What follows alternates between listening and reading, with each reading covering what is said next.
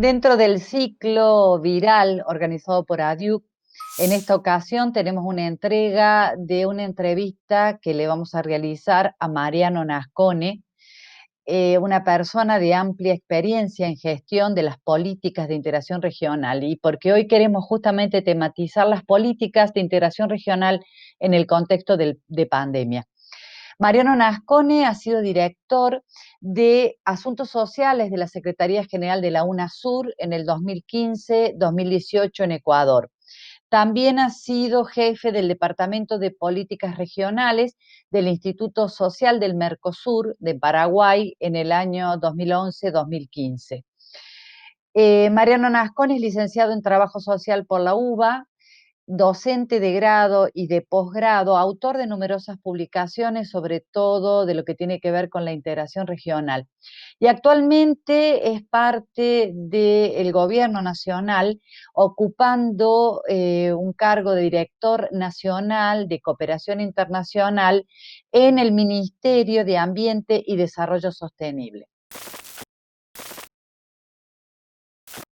En esta primera pregunta que le queremos realizar a Mariano Nascone, está vinculado a algo, creo que a todos nos ha llamado enormemente la atención, que tiene que ver con la cuestión de cierto decaimiento en los mecanismos de cooperación internacional que fueran capaces de activar algunas políticas comunes para hacer frente a esta pandemia que ha cruzado a todos los estados, aunque con diferentes efectos, claro que sí, pero se ha convertido en un hecho social total, en un problema internacional que a todos nos asola. Sin embargo, observamos que los estados que son tan hábiles para lograr algunos acuerdos internacionales en ciertos contextos y que tienen que ver justamente con el comercio internacional, con políticas generales que generalmente benefician a algunos estados y a otros no. Si bien esto se ha encontrado a lo largo de los años por la amplia experiencia en multilateralismo, es decir, en la creación de mecanismos para tomar decisiones conjuntas, para proveer bienes conjuntos a la comunidad internacional, sin embargo, en este contexto no ha ocurrido algún mecanismo de cooperación multilateral que fuera capaz de aunar a los estados en políticas comunes frente a la pandemia. La pregunta es si esto va a significar o puede significar un desafío, un obstáculo o una oportunidad para volver a promover políticas de integración regional que sean capaces de encontrar políticas comunes dentro justamente de nuestra región para acompañarnos en este proceso general de la pandemia. Así, esto implicaría de alguna manera un modo distinto de integración regional. Hay dos elementos que menciona la pregunta que son muy importantes para analizar, diferenciar y relacionar, como son el multilateralismo y la integración regional, al que yo agregaría un tercero, como es la situación geopolítica. En cuanto al multilateralismo, creo que hoy asistimos a una agudización de la crisis del sistema multilateral, producto principalmente de las acciones de Estados Unidos, que apuesta a un reposicionamiento a escala global desde una estrategia más bien unilateral, donde reemplace los acuerdos multilaterales por negociaciones bilaterales, principalmente en lo comercial, que respondan a sus intereses. En esa línea de acción podría marcarse también el Reino Unido con la salida de la Unión Europea, lo que se llamó el Brexit, que hoy está en una etapa de transición desde principios de año y que se culminaría a fines del presente año. No obstante, la crisis del multilateralismo creo que no comienza con el ataque de Estados Unidos en los últimos años, en la era Trump, sino que muchas de las instituciones del sistema multilateral en su conjunto han sido históricamente cuestionadas porque no han dado respuestas a los grandes problemas mundiales, a la vez que sus respuestas han sido parciales en cuanto a la influencia de Estados Unidos en los mismos. Asimismo, fueron pensadas las instituciones en un orden geopolítico bipolar luego de la salida de la Segunda Guerra Mundial, por lo que la cuestionada utilidad, si se quiere, de estos organismos hoy debe ser repensada en un contexto geopolítico multipolar. Lo novedoso, creo yo, en estos días es que todo se puso de manifiesto con la pandemia, donde una crisis multinivel, producto del COVID, en lo sanitario, económico, social, en realidad no comienza con el COVID, sino que es profundizada por el COVID. Y esto lo que ha demostrado también es que nadie estuvo a la altura para superarla. Los organismos internacionales no pudieron dar respuesta. Ni el G7, ni el G20, el Banco Mundial, la Organización Mundial del Comercio o el mismo FMI, que hoy el Papa Francisco, junto a otros líderes de la región, pide la condonación y o reducción de la deuda de los países en vía de desarrollo, tampoco ha podido dar respuesta. Las mismas Naciones Unidas, más allá de algunos esfuerzos de su secretario general actual, no pudo tomar medidas contundentes. O el caso de la Organización Mundial de la Salud, la cual intenta con mucho empeño ejercer un rol global en esta pandemia, pero se debilita ante el ataque permanente que recibe de parte de Trump, quien acaba de anunciar hace muy poquito su salida del organismo. Y la presenta justamente como responsable de esta situación de crisis de salud que hay a nivel mundial, con una estrategia clara de encontrar un chivo expiatorio que lo deslinde de las responsabilidades que está teniendo por su pésima gestión ante el COVID y de esta manera alimentar una estrategia donde decía, donde se fortalece su unilateralismo desde una estrategia también que está apuntada hacia lo electoral y hacia, ¿por qué no?, también la intención de recuperar mayores niveles de hegemonía mundial. Sin dudas, yo creo que esto lo que evidencia es una ruptura del sistema de alianzas, de reglas, de normativas, de instituciones del orden mundial, impulsado por el propio Estados Unidos, aquel mismo que fue el que lo impulsó durante más de 70 años. Seguramente lo que hay que hacer es repensar el multilateralismo hacia esquemas más solidarios e inclusivos que ayuden a resolver las asimetrías entre los países, que van a ser sin dudas más acentuadas en esta pospandemia. Por ejemplo, es inadmisible el hecho de que las multinacionales evadan impuestos y no sean juzgadas en los países donde producen sus ganancias. La misma Naciones Unidas, hoy amenazada también de ser desfinanciada por Trump, debe ser revisada en su estructura, lo que implica, entre otros factores, revisar el Consejo de Seguridad, el cual es cuestionado hace tiempo por su rol en las sucesivas guerras de Estados Unidos en Oriente Medio o por el sistema de veto que le da el privilegio a algunos países para la toma de decisiones o el reclamo de que se expandan los que integran este consejo hacia más países que representen mejor el equilibrio a nivel mundial. En definitiva, también podemos tomar los ODS, los Objetivos de Desarrollo Sostenible, también deben ser rediscutidos, repensados. Si bien se sabía que los países no los alcanzarían en el año 2030, creo que hoy deben ser rediseñados, no dejados de lado, pero sí rediseñados para dar respuesta a los desafíos que tenemos por delante. Desafíos que entre otros de ellos está la lucha contra la desigualdad. Tenemos que tener compromisos más vinculantes en este espacio también. Por eso es importante el establecimiento de responsabilidades comunes pero diferenciadas de acuerdo a las capacidades de los países para alcanzar estos objetivos. O quizás también, ¿por qué no?, el hecho de declarar algunos bienes como bienes globales, como el caso de los sistemas públicos de salud, el acceso a vacunas, medicamentos, etc. Finalmente, creo que también hay que incorporar seriamente el tema ambiental. Ya no alcanza con denominar sostenible al desarrollo si los compromisos para la reducción de la emisión de dióxido de carbono por parte de los países hoy está totalmente debilitado por la retirada de Estados Unidos del Acuerdo de París. Justamente Estados Unidos, que es luego de China el país que más emite dióxido de carbono en el mundo. En definitiva, creo que así como se diseñó un sistema multilateral para reconstruir el mundo luego de la Segunda Guerra Mundial, es necesario reconstruir un sistema multilateral pensado para responder a los desafíos y oportunidades de la pospandemia en un mundo multipolar como el actual. Si bien es muy importante para los países emergentes fortalecer sus mecanismos de defensa que aporta el derecho internacional, muy importante para estos países porque le permite tener algún resguardo en el orden internacional, creo que ello no es suficiente para resolver los desafíos actuales. Ojalá, creo yo, esta situación significa una ventana de oportunidad para nuestros países del sur global en pos de un rediseño del sistema multilateral más igualitario. En cuanto a la relación con el concepto de geopolítica, creo que hoy más que nunca hay que tener una mirada geopolítica como región de cara a la reconfiguración de un nuevo orden internacional.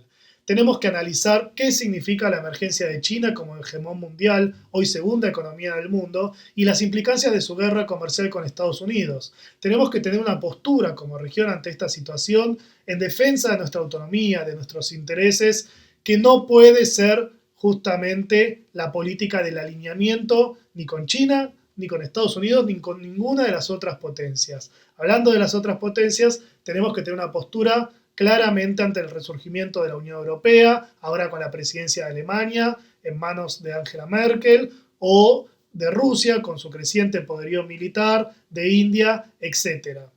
Si hay algo que evidenció la pandemia, entre muchas otras cosas que podemos analizar, es la incapacidad también de estos países que se disputan la hegemonía mundial para dar respuesta a las problemáticas globales. Hay que superar una tradición de que los países desarrollados son los que hablan de mejor forma en cuestiones de geopolítica. Tenemos que animarnos a tener una visión geopolítica que nos brinde mayores grados de autonomía, porque sin dudas eso incide en nuestras vidas. Finalmente, también hay que decir que tampoco los organismos de integración regional fueron capaces de dar alguna respuesta a los efectos del COVID. Pero no solo los organismos de integración regional en América Latina, sino en el mundo entero. La Unión Europea no ha podido establecer en lo inmediato una política común para enfrentar el COVID, aunque ahora sí pareciera tener cierta política de subsidio en lo financiero. O el caso del Mercosur, que si bien se han destinado algunos fondos por parte del Fondo Estructural, del Fondo de Convergencia Estructural del Mercosur, el FOSEM, se podría haber hecho mucho más. Retomando el análisis geopolítico y siguiendo con el caso del Mercosur, la reciente cumbre del Mercosur, los presidentes de Uruguay, Paraguay y Brasil se expresaron a favor de la firma de acuerdos de libre comercio asimétricos con China, Estados Unidos y la Unión Europea. Y ahí fue muy interesante la posición de Argentina cuando puso en suspenso las negociaciones en el marco del Mercosur con terceros países como Singapur, Canadá o Corea del Sur principalmente, con el objetivo de proteger nuestras industrias y no someterlos a una competencia externa desleal. En contraposición a la propuesta de Brasil en cuanto a reducir el arancel externo común de un 14 a un 7%, Argentina se ha negado, haciendo énfasis justamente en esto que mencionaba, en la defensa del fortalecimiento e incremento del comercio intrarregional. En definitiva, es muy importante fortalecernos primero como bloque de países y luego negociar acuerdos más simétricos de acuerdo a nuestras necesidades.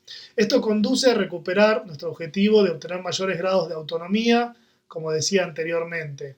Ello es lo que atacaron los gobiernos neoconservadores en nuestra región, cuyas políticas exteriores fueron de alineamiento total a los intereses de Estados Unidos, cuando atacaron la UNASUR.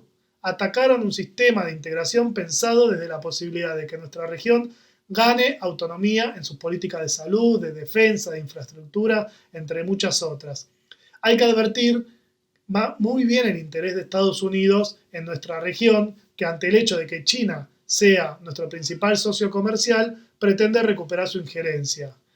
Esto explica, por ejemplo, por qué Estados Unidos está disputando la presidencia del BID, o explica también las acciones que ha tenido en los últimos años de desmantelar, como dije, la UNASUR, la CELAC, o casi paralizar el Mercosur, expulsando ilegalmente a Venezuela como país miembro. Y un marcado interés porque los países solo se reúnan en el ámbito de la OEA. Una OEA que perdió todo tipo de credibilidad luego del golpe de Estado en Bolivia y ante los ataques permanentes con países como Venezuela, Nicaragua y Cuba en manos liderados por el secretario general de la OEA, Almagro, pero con una injerencia clara de Estados Unidos. Si UNASUR hubiera estado vigente, podría haber hecho el contrapeso necesario a la OEA en las misiones de observación electoral en las elecciones de Bolivia. Solo por compartir un dato, UNASUR realizó un total de 25 misiones electorales, 75% entre el 2015 y 2018, y tenía un estatuto, tenía un reglamento, un manual para misiones electorales, y estábamos justamente trabajando la posibilidad de brindar cooperación en materia electoral a Asia y a África. Ello explica también por qué no era conveniente para Estados Unidos la vigencia de UNASUR. En definitiva, lo que quiero decir es que actualmente existe un interés renovado de Estados Unidos porque nuestras políticas nuestra región vuelva a alinear su política exterior a los intereses de Estados Unidos. Y eso evite también que avancemos en el relacionamiento con otras potencias, como el caso de China. Creo que necesitamos ser una región integrada en un mundo multipolar. Creo que ello nos permitirá relacionarnos y negociar de mejor forma con los países que disputan la hegemonía mundial y con otros bloques de países, como la Unión Europea. Recuperar la posibilidad de generar posicionamientos conjuntos en el ámbito multilateral. Reconstruir lazos de cooperación sur-sur, iniciados como por ejemplo con el diálogo con África a través del mecanismo ASA, que son mecanismos basados en principios de solidaridad. Defender la vigencia de los sistemas democráticos de gobiernos en nuestros países. Para concluir, no tengo dudas de que no habrá ninguna posibilidad alguna para nuestros países en la región de reconstruir los modelos de desarrollo para enfrentar los desafíos de la pospandemia si no nos integramos. El expresidente del Pepe Mujica, en una intervención reciente en el Grupo Puebla, se preguntaba justamente quién va a pagar la cuenta que signifique la pospandemia con una caída abrupta del PBI en nuestros países, un aumento de los niveles de pobreza, de indigencia y de desigualdad que va a haber en nuestra región. Ante esto, y más que nunca, necesitamos una voz de América Latina unida para que los costos no lo paguen los mismos vulnerados de siempre. Es fundamental la organización popular en la patria grande y un liderazgo más fuerte por parte de Alberto Fernández y Manuel López Obrador desde el norte y el sur de nuestro continente, que sea capaz de encontrar los consensos necesarios que nos lleven nuevamente al camino que iniciaron nuestros libertadores y del que nunca nos debemos salir. Bolívar, quien en este mes cumple un nuevo aniversario de su natalicio, decía en la Carta de Jamaica: yo deseo, más que otro alguno, ver formar en América la más grande nación del mundo, menos por su extensión y riquezas que por su libertad y gloria. En relación a esto que venís planteando, Mariano, hay una frase tuya que me parece muy ilustrativa y que tiene que ver con tu experiencia como funcionario. Vos has dicho en otra ocasión que no se trata de inventar cuestiones nuevas, sino de poner a funcionar lo existente en relación a la integración. ¿Esto sería una pista para abordar el tema de la integración regional en este contexto de pandemia? ¿Nos podés explicar el alcance de esta frase? Hoy en América Latina tenemos una región en disputa, donde la pretendida restauración neoconservadora, que supuestamente había venido para quedarse, quedó en suspenso tras la contundente victoria de Alberto Fernández y Cristina Fernández de Kirchner en Argentina y de Manuel López Obrador en México. Pero bueno, también en la vereda contraria, la victoria de la calle Pou en Uruguay, luego de 3 mandatos consecutivos del Frente Amplio. No obstante, la pretendida restauración neoconservadora, hay que decir que en materia de integración regional hizo mucho daño. Dejó como saldo múltiples formatos institucionales debilitados, con poca o casi nula convergencia entre sí. Y estos gobiernos neoconservadores no solo que desmantelaron estos organismos como la UNASUR, por ejemplo, sino que en su reemplazo pretendieron crear algo nuevo como PROSUR, que más bien sabemos, como dicen muchos, que fue PRONORTE. Una iniciativa que hasta la fecha no ha comenzado a funcionar, no tiene institucionalidad, no cuenta con una sede, no tiene un tratado constitutivo, no integra a todos los países de Sudamérica y de hecho excluye a algunos de estos desde su concepción. Creo que más que crear un organismo de integración que reemplazara a los anteriores o la UNASUR, como bien dijeron estos gobiernos, más bien lo que quisieron dar es una muestra de algún interés por la integración, creando un foro que no funcionaría, para luego concluir acerca de la no utilidad de este tipo de espacios que les permitiera reforzar las relaciones bilaterales entre los países. Más allá de cualquier análisis, lo cierto es que como saldo no contamos con ningún espacio de coordinación para las políticas a nivel regional que incluya a los 12 países en igualdad de condiciones, lo que en el marco de la pandemia actual del COVID-19 hubiera sido fundamental tener. En un artículo reciente yo planteaba la importancia de haber podido contar con el ISACS, el Instituto Suramericano de Gobierno y Salud, con sede en Río de Janeiro, o asimismo quedó demostrado cómo otras problemáticas que tiene la región, que son actuales y que estaban previas justamente al COVID, como las migraciones masivas, las inundaciones, los terremotos, el dengue o los incendios en la Amazonía, se podrían haber articulado acciones desde la UNASUR. La no coordinación de respuestas entre los países en un espacio común, sin dudas, lo que hace es debilitar la acción de los estados y en algunos casos se ha demostrado que tensiona sus relaciones, como por ejemplo las migraciones de ciudadanos venezolanos, donde un país como política endurecía los controles migratorios para frenar el ingreso de estos ciudadanos migrantes, lo que inmediatamente generaba el repudio del país vecino. En este caso, desde UNASUR existía un grupo de trabajo representado por especialistas en materia migratoria de los 12 gobiernos. Estábamos trabajando en un plan de acción en convergencia con el Mercosur, la Comunidad Andina y el CARICOM. Todo eso hoy no se puede utilizar. O el caso del incendio del Amazonas, donde todos los países que componen el Amazonas son miembros de UNASUR, y desde UNASUR contábamos con un manual de rápida acción para riesgos y desastres naturales, y estábamos trabajando en la instalación de una oficina permanente en la sede de la UNASUR justamente para dar una rápida acción ante este tipo de fenómenos que van a seguir ocurriendo.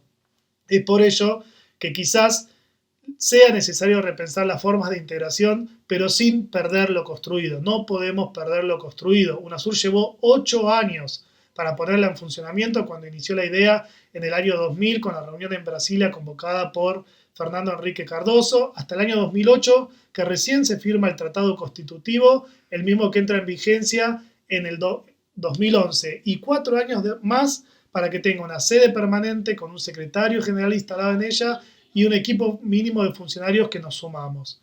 Seguramente habrían aspectos que modificar en su funcionamiento, pero eso no implica que la solución sea disolver el organismo.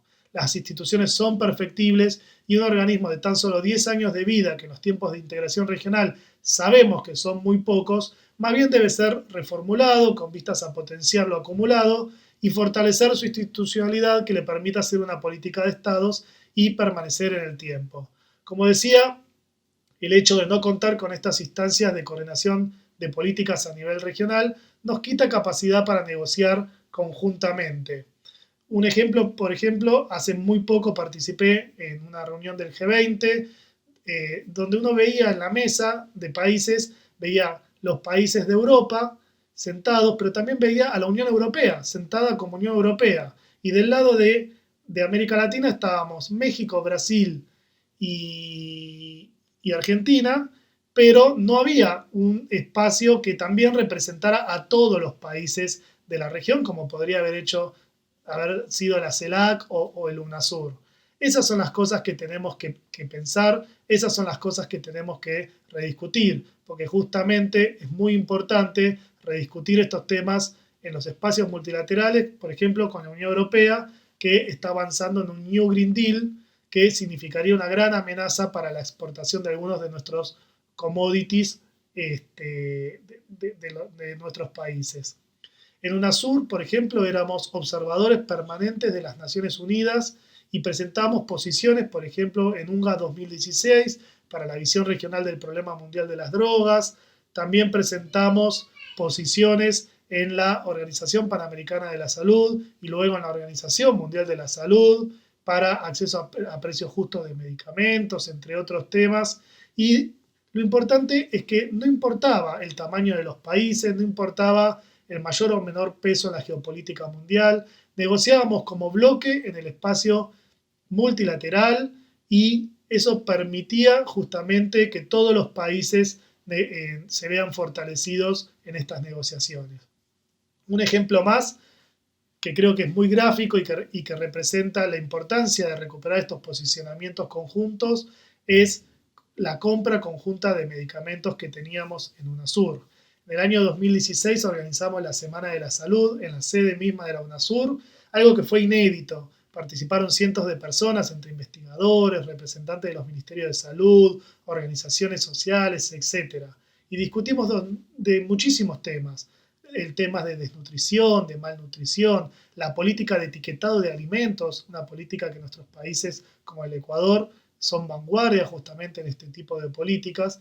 Y presentamos un banco de precios de medicamentos de UNASUR, algo que habíamos creado en la UNASUR que permitía comparar cuánto pagaban los países por el mismo medicamento en la misma presentación.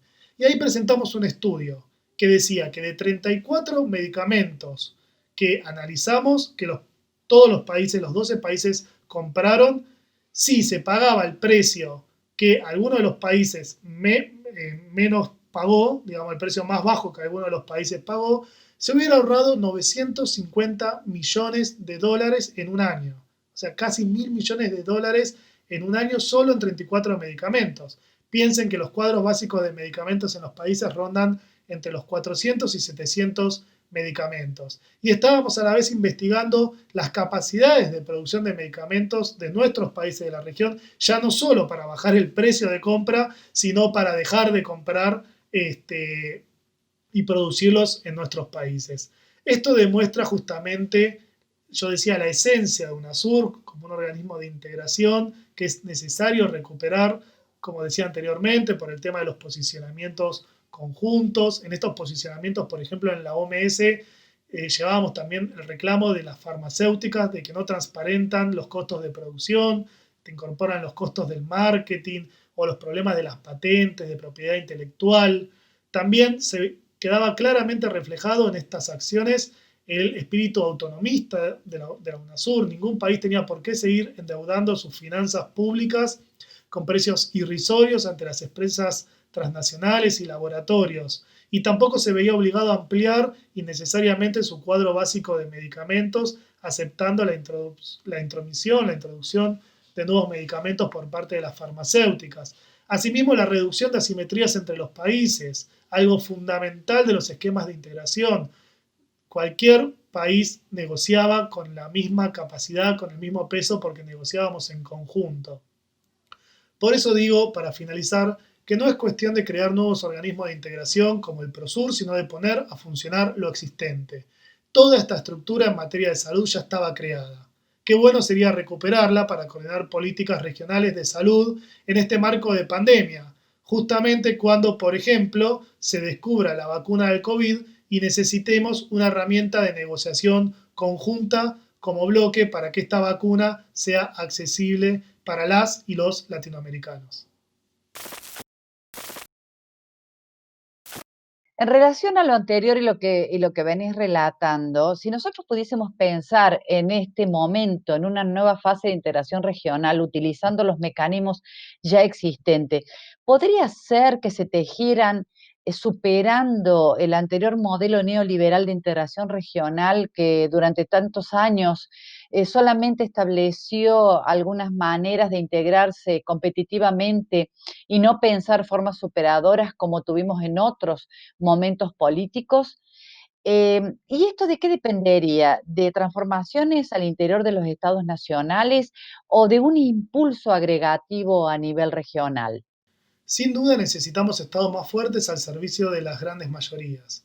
Otro de los elementos que puso de manifiesto la pandemia es la necesidad de contar con un rol más protagónico de los estados para garantizar mayores niveles de protección y promoción social de las personas. Ante la desprotección de los mercados globales, las personas vuelven a acudir a los estados en busca de ayuda. Aquel estado que no mucho tiempo atrás fue estigmatizado como un freno al libre comercio y a la libertad de las personas, hoy se presenta como el único capaz de salvar millones de vidas y de garantizar un poco de certidumbre.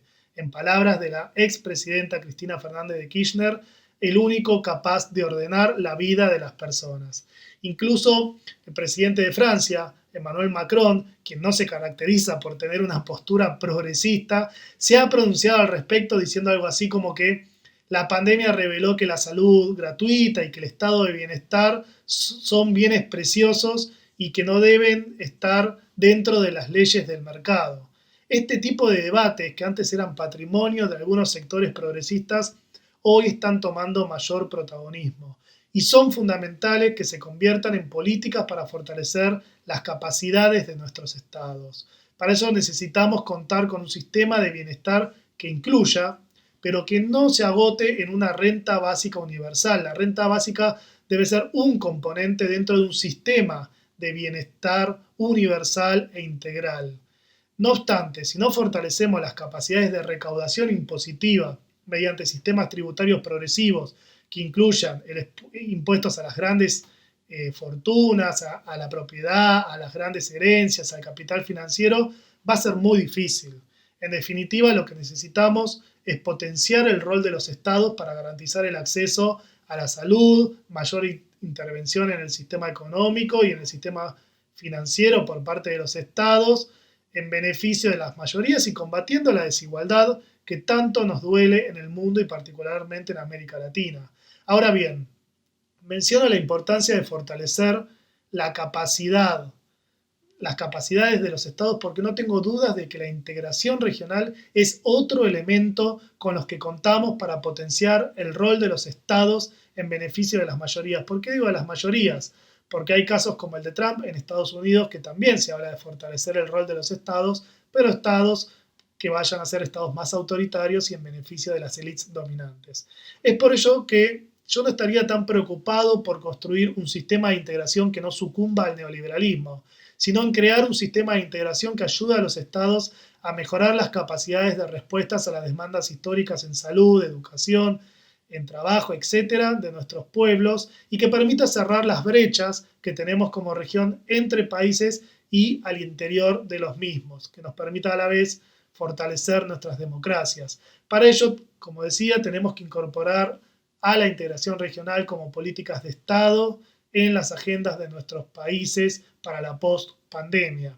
El punto de partida del que tenemos que tener consenso es que hay que entender de una vez que lo regional no reemplaza lo nacional, sino que lo fortalece.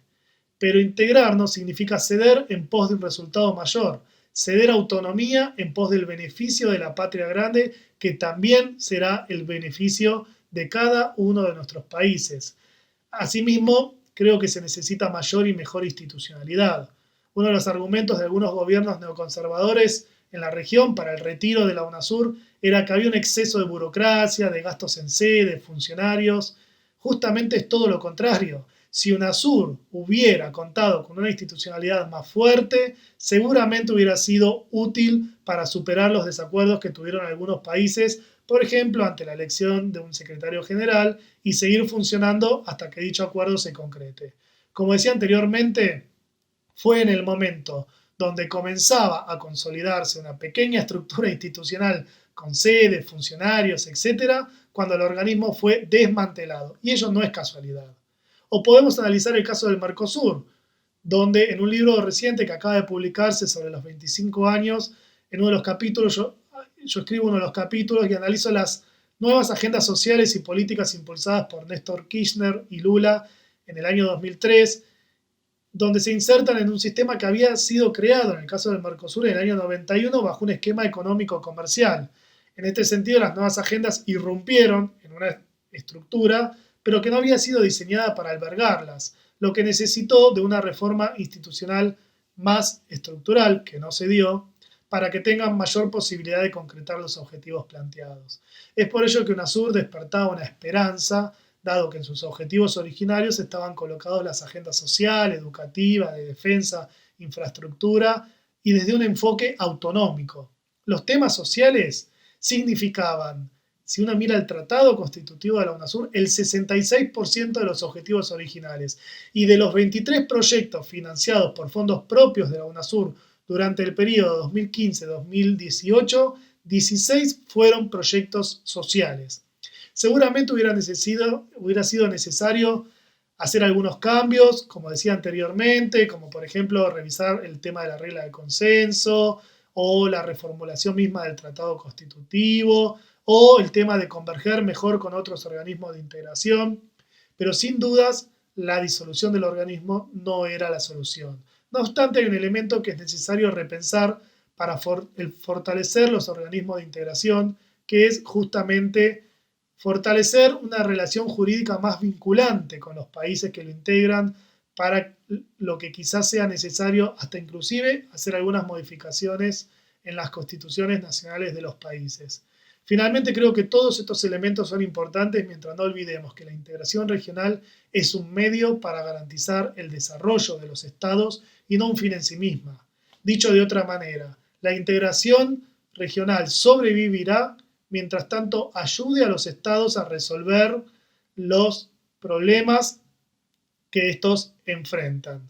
Esa es la mayor garantía que tenemos de que no sucumba en el tiempo. Finalmente, una pregunta que tiene que ver con los límites que a veces ha presentado la integración regional para llegar al ciudadano común. ¿Cómo podemos pensar, y sobre todo ahora en este contexto particular, hacer potable, hacer que el ciudadano empatice con la idea de la integración regional, que la pueda sentir vinculado a una mejora en sus condiciones de vida? Teniendo en cuenta tu experiencia justamente, pensándola en términos de gestión, ¿qué política podríamos darnos? ¿Qué tendríamos que hacer para que cualquier ciudadano comprendiera la importancia de la integración regional para la mejora de sus condiciones de vida? Como decía anteriormente, hay que implementar políticas regionales que mejoren la vida de los latinoamericanos. Es necesario que la integración regional sea apropiada por parte de la ciudadanía como una oportunidad para mejorar sus condiciones de vida. América Latina es una región de brechas entre el campo y ciudad, entre hombres y mujeres, en el acceso a salud, en la educación, en trabajo formal. Tenemos brechas digitales, de infraestructura y hasta de servicios básicos. Y en el marco de la pandemia y la pospandemia no puede ser la ciudadanía quien pague el costo. Es necesario que la ciudadanía se apropie de las políticas de integración regional para que sean políticas de Estado y no quede a merced de la voluntad de los gobiernos de turno, sean de la ideología que sean. Un ejemplo de ello es el caso de la visa Mercosur. En una reunión de convergencia estructural que nos reunimos en la sede de UNASUR, donde invitamos a los distintos organismos de integración como la Comunidad Andina, el Mercosur, el ALBA, CELAC y la Alianza para el Pacífico, inclusive. El alto representante para el Mercosur de aquel momento, Florisbaldo Fier, más conocido como el doctor Rosiña, nos decía que se otorgaron 780.000 visas de residencias de Mercosur entre el periodo 2002-2012. Seguramente hoy esta cifra está mucho más avanzada. Entonces, la importancia de los sistemas de integración se entiende mejor en estos ejemplos, cuando mejoran la calidad de vida de la gente. En UNASUR, por ejemplo, estábamos trabajando el proyecto de ciudadanía suramericana, el cual tuve la suerte de estar coordinando junto al expresidente y secretario general de la UNASUR, Ernesto Samper. Era un proyecto que lo entendíamos desde un sentido social, cultural, político. Se trataba de que los ciudadanos suramericanos tengan derechos por el simple hecho de ser ciudadanos de alguno de los países. Buscaba dar un nuevo sentido a la integración, superando un enfoque económico-comercial que privilegiaba la movilidad de bienes, de mercancías, de capitales, por sobre la movilidad de personas. Este proyecto ponía como objetivo central la movilidad de personas, la movilidad intrarregional de personas como derecho, algo que la globalización no favoreció, sino que obstaculizó. Hicimos un estudio en conjunto con la OIM en el año 2016, creo que fue, donde analizábamos los flujos de movilidad intrarregional y nos dio que el 65% de los suramericanos preferían moverse por alguno de los países de la región. Y ello se explicaba desde múltiples factores, pero principalmente desde el aspecto cultural, en cuanto a la mejor inserción en algunos de nuestros países vecinos, pero también porque nuestros países en aquel momento estaban creciendo y redistribuyendo las ganancias y mejorando los niveles de empleo, de pobreza, de indigencia y aunque en menor medida de desigualdad. Entonces, nosotros impulsamos un plan de acción de ciudadanía suramericana para generar condiciones necesarias que fortalezcan esta movilidad intrarregional desde un enfoque de derechos. Por ejemplo, la protección diplomática y consular, que cualquier ciudadano que anda por alguno de los países de la región pueda recibir asistencia consular en algún consulado del país vecino si es que no tiene una representación, o el tema de la movilidad académica, poder generar un sistema suramericano de acreditación de títulos para que si un ciudadano de una nacionalidad quiere ir a estudiar a otro país, se le reconozcan los títulos que tienen y se le reconozcan no solo para seguir ejerciendo justamente los estudios, sino también para poder ejercer laboralmente, que si alguien fue graduado de médico en la Argentina pueda ejercer como médico en Brasil, en Perú y en cualquiera de los otros países, por ejemplo. Entonces, de esta manera también lo que evitábamos era la fuga de cerebros, o sea, que los conocimientos no se vayan a países extrarregionales, sino que circulen dentro de nuestros países para un mejor desarrollo de la ciencia, de la tecnología, etcétera. También otro de los elementos que tenía esta gran iniciativa era un sistema sociolaboral suramericano, que si una persona quiere ir a vivir a otro país de la región, se le reconozcan los años de aporte laboral que tuvo en el país de origen. Todas estas cosas no se conocen porque faltó tiempo quizás para concretar más políticas y proyectos en la región. Y también nos faltó, hay que decirlo, una mejor comunicación para que la gente no solo se apropie, sino también participe de ellas, para que la gente sienta cómo estos proyectos le pueden mejorar la calidad de vida. García Linera, en una conferencia en Quito, en el marco del Encuentro Latinoamericano Progresista, denunciaba la crítica que hacían los gobiernos opositores neoliberales a los gobiernos progresistas, donde les exigían que en tan solo 10 años la resolución de las deudas y brechas no resueltas en los 200 años de independencia. Es por ello que es fundamental que la sociedad en su conjunto, investigadores, científicos, parlamentarios, organizaciones de la sociedad civil, en fin, la ciudadanía en general conozca los beneficios de la integración regional. Asimismo, no perdamos más tiempo en reunir a los países de la región en un espacio común. Debe ser la política la que prevalezca y haga que los países se puedan reunir en una agenda común que nos permita enfrentar con mayor fuerza los desafíos que el mundo de la pospandemia nos presentará. El nacimiento de UNASUR se logró gracias al establecimiento de mínimos comunes de gobierno ideológicamente opuestos, y no solo el nacimiento, sino la resolución de diversos conflictos, como por ejemplo el que hubo entre la Colombia de Uribe y la Venezuela de Chávez, dos presidentes ideológicamente opuestos que lograron un acuerdo mediante la mediación de Néstor Kirchner en su rol de secretario general de la UNASUR. Un Néstor Kirchner que en el poco tiempo que estuvo en el cargo, además de estas acciones concretas, logró, a mi criterio, transmitir el espíritu de la integración regional con una frase que siempre recuerdo y que me acompañó a lo largo de mi gestión de 3 años, donde Néstor decía: es necesario construir a partir de la realidad relativa de cada uno de los países una realidad superadora que nos contenga a todos. Creo que es el mayor desafío que tenemos en la actualidad y que cuanto más tardemos en construir esa realidad superadora que nos contenga a todos, como decía Néstor, a todos y a todas, seguramente tendremos que ceder para ganar, pero más tardaremos en dar respuesta a las necesidades históricas de las y los latinoamericanos.